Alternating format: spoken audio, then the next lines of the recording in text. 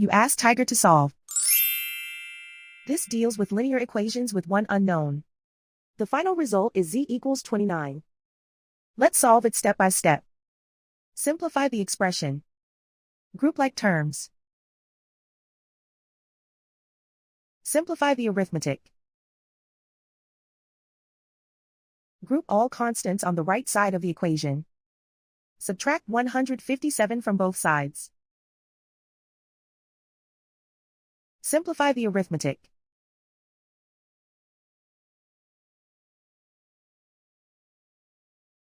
Isolate the z. Divide both sides by 7. Simplify the fraction. Find the greatest common factor of the numerator and denominator.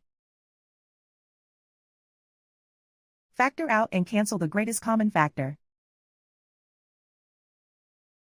And so the final result is z equals 29.